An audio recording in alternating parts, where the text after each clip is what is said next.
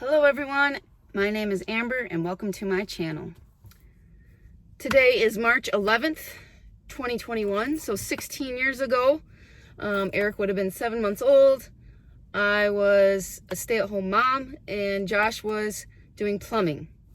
So our normal routine was Josh would come home, we'd have supper, and then we'd watch TV all evening long. And of course, you gotta have those snacks. So this day in particular, the snack that Josh chose was a bag of Doritos. Now, the bag was brand new, and he ate the whole bag. And I'm not kidding, the whole entire bag in one sitting. And that wasn't enough, so then he decided to have three Musketeer bars. So by the end of the night, he wasn't feeling so good. And I was like, well, it's probably what you ate. So the whole night long, he was sick and just not feeling well at all. So in the morning, he got up, went to work. He ended up puking in the bathroom. He came out to his boss, and his boss was like, ugh, you look green. Josh was like, yeah, I just puked. I don't feel good. He's like, I have a pain in my side. And then he asked him, he's like, do you know what it feels like to have, appendicitis? And the guy's like, nah, you don't have appendicitis. You wouldn't be talking and moving. So he sent Josh home. And so Josh came home, but he got locked out. So Josh was banging on that door. And there's me, just sleeping away. I don't hear a thing. So he has to try and go through the kitchen window. Now our kitchen window is way up high, so he has to try and get something to stand on and boost himself up. He lifts the window up and tries to shimmy on in, and then you have to kind of fall in to the kitchen floor.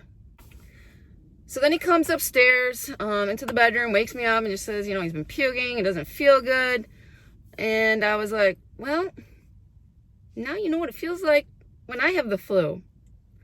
Probably not the nicest thing to say. But I was just like, yeah, that's the flu, you're puking. That's what happens. That's what happens to me when I get the flu.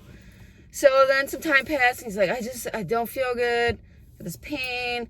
He's like, I want to go to the doctor. I'm like, you're not going to do anything. You have the flu. So, of course, he doesn't have a doctor. So I try calling my doctor. But my doctor says, nope, sorry, he's not our patient. We're not going to see him. So they said, go to the urgent care. So again, I'm thinking it's just a flu. So I kind of dilly-dally. So I get Eric up, and I'm like, well, I got to feed Eric. And then I was like, well, I'm kind of hungry. I need to eat a bowl of cereal before we go. So I'm just putzing around, taking my time as Josh is puking and in serious pain. So we get to the urgent care, they get him in, they run the tests, and find out that, sure enough, it's his appendix. So they say, you need to get to the hospital. We're going to call down there.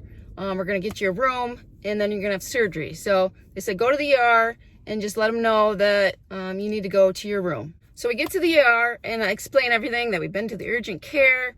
He should have a room. So it was super busy. So they put him in a hallway in a bed. So now he's just laying there in pain, just laying there. And no one comes, and he's still just laying there. Probably after half an hour, I finally flagged someone down. I'm like, excuse me, we've already been to the urgent care. We know what the problem is. They should have a room for him. And so they look, and they're like, oh, whoops, sorry. Yep, you're right. He shouldn't be here. So they wheel him up to his room. Now we get to the room, and it's nurse shift change. So we're just laying there waiting for the nurse to come. Again, just laying there, still waiting. Like, come on, let's go, people. And still nothing. So eventually, probably after an hour, our nurse finally came in, and she's like, why are you still in your clothes? And we're like, no one's came in here. She's like, oh, sorry. So she gets him in his gown, and then finally gives him pain medicine, and he was finally feeling a lot better. So then he was scheduled for surgery for about 6 p.m., but then somebody else came in who they deemed more important, so they pushed his off till about 11 p.m. So when he got into his surgery, everything went well, except they found that it was leaking. So his appendix was leaking into his body. So he had to stay in the hospital longer. so he could get the antibiotics to combat the poison that leaked into his body. So he stayed there a few days, and then when it was time to go, they said, a nurse will come in and discharge you and take your IV out. So again, we're waiting, and no one's coming. So again, I have to flag someone down. They're like, oh, well, your nurse is in a meeting. She'll be there soon. So we waited probably another half an hour, nothing. And Josh was over it. He finally said, forget you people, I'm leaving. And so he ripped the IV out of his arm, changed his clothes, and he just walked right out of the hospital. So the tip of the day is don't ever tell somebody, well, now you know what it feels like to have the flu. That's not very nice. So don't ever say that. Second of all, if someone wants to go to urgent care, don't dilly-dally. Don't eat a bowl of cereal. Get that person there. So like I said, this happened 16 years ago, and Josh just won't let it go that I had to eat that bowl of cereal and dilly-dally. So again, follow my tip. Don't do that. But sit on back, relax, have a laugh, and I hope you enjoy this video. So it is now the end of the day, and it's about 10:30 p.m. I've had my makeup on for about 16 hours, and now it's time to take it off my face. But before I take my makeup off, I wanted to show you what my makeup looks like after being on all day. So if you watched my previous videos of doing the full face of makeup, this is the same products. Now my eyeshadow is a little different, but you can see how it looks at the end of the day. So right now, kind of around my lips, the makeup's off, so you can see my vitiligo. So you can see that it's really white around there. My chin, it's off, but I was just out there plugging my goatee of hairs that I have. All right, now I'll kind of get up close, and you can see everything. Probably not the best look, but I just wanted to show you again, kind of the under my eyes, that the concealer isn't creasing too bad. It is a little worn off, but you can kind of see again what it looks like. So now we're gonna take the makeup eraser. I have a bowl of water, so we're gonna dip it in and we're gonna start wiping our face. Now to take the makeup off, we're gonna do circular motions. And again, I have waterproof eyeliner, waterproof mascara, so we'll show you how well it takes it off. So I've got the makeup eraser wet. I have a little bowl of water here. So we're gonna start wiping my face off. Again, circular motions. You can see it's coming off. You're gonna see all the makeup that I caked under my face. So again, we're gonna keep on wiping. We're gonna do circular motions and get it off. Keep on wiping. So we got this side. We're gonna start working on our eye. So I'm gonna dip some more water in.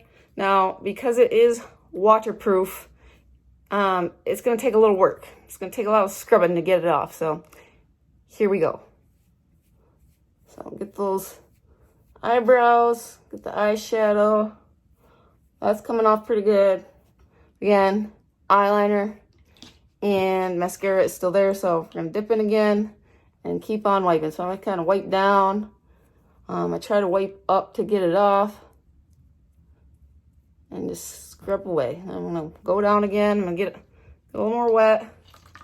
Again, we're getting it all off. Just keep on scrubbing. I know a lot of people don't like to wear waterproof makeup because it is harder to get off, but I think it's worth the work to scrub for it to be waterproof and not running down your face or smearing. So we're just about there. I'm gonna kind of go over stuff again. I'm doing chin. I'm just gonna do half my face so you can see the difference. Still got a little more eyeliner and mascara on, so we're gonna switch it on to the other side and get that wet, and keep on scrubbing. So again, it takes makeup off very easily. Waterproof again, you gotta kind of really scrub, but it does come off. Another thing I like to do is actually take one of these in the shower, and I will wash my face with soap first to get most of it off. And then I kind of use this as a second thing to try and get the makeup off. So that's what we're looking like. So you can see what my face looks like. Still got the makeup on this side, and how the makeup eraser performed. So I now have Alexis joining me, if you can see her. I've kicked her out of her room to make all these videos. Like I said, it's 10:30 at night. It's a school night, and she's like, come on, Mom, get out of my room. But I'm like, I'm not done yet. So she's back there. You can kind of see her head. Wave, Alexis. There she is. So I thank you, Alexis, for letting me use your room. So yeah, so I definitely recommend these makeup erasers. They claim to last 3 to 5 years. Like I said before, they're washable. You can put them in these little baggies. Last time Alexis washed them for me and left them loose, and I think I found them all. Hopefully they're not like the socks where you always seem to lose one, but they give you the baggie so you can put them in there and they don't get lost. It also claims that it's equal to 3,600 makeup wipes, so you're gonna be saving a lot on throwing those away. So I moved out of Alexis's room, and now I'm in our bathroom sitting on the floor. But now everyone's gone to bed.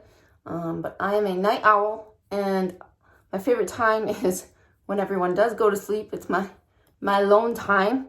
The only problem is I stay up way too late. So I usually get up about 6:15, and sometimes I stay up till 12, 1, sometimes even 2, because I'm like, yeah, my alone time. It's nice and quiet. So this is my favorite time of the day. So in a previous video where I did my foundation and concealer, I talked about the Catrice Liquid Camouflage, and I talked about how I loved it, how it did really good, you know, not getting in my fine lines and settling and making it look worse. And I said that it claims that it covers tattoos, and I was like, I don't think so. But I thought, you know what, have I ever really tried? No. So we're going to put it to the test. Now, I don't have any tattoos. I do like the show Ink Master, though, but tattoos are not for me, so I do not have any. But what I did is, Alexis, I shut her off her light, and then I went back in there, and I was like, Alexis, I need you to do something for me. So I had her draw on my hand. So we're going to pretend that this is a tattoo. Okay, here we go. What do you all think? Do you think this is going to cover up my pretend tattoo? Well, let's go ahead and see. We're going to put it on, and we're going to start putting some dabs on. So we're going to go heavy just to see. So, all right. So as of now, we've got quite a bit on, and we're going to start tapping it out. And let's see.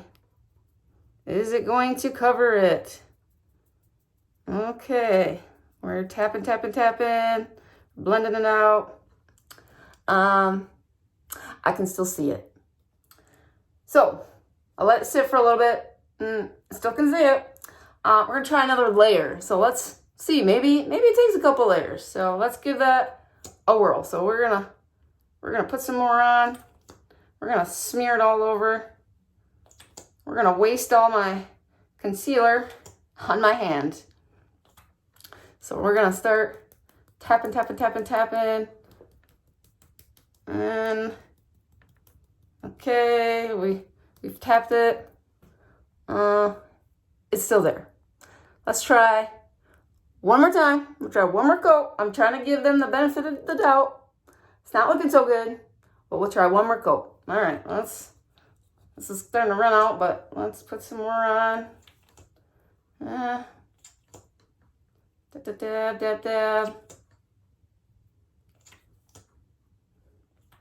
Okay, here we go. Dab. Is it starting to cover?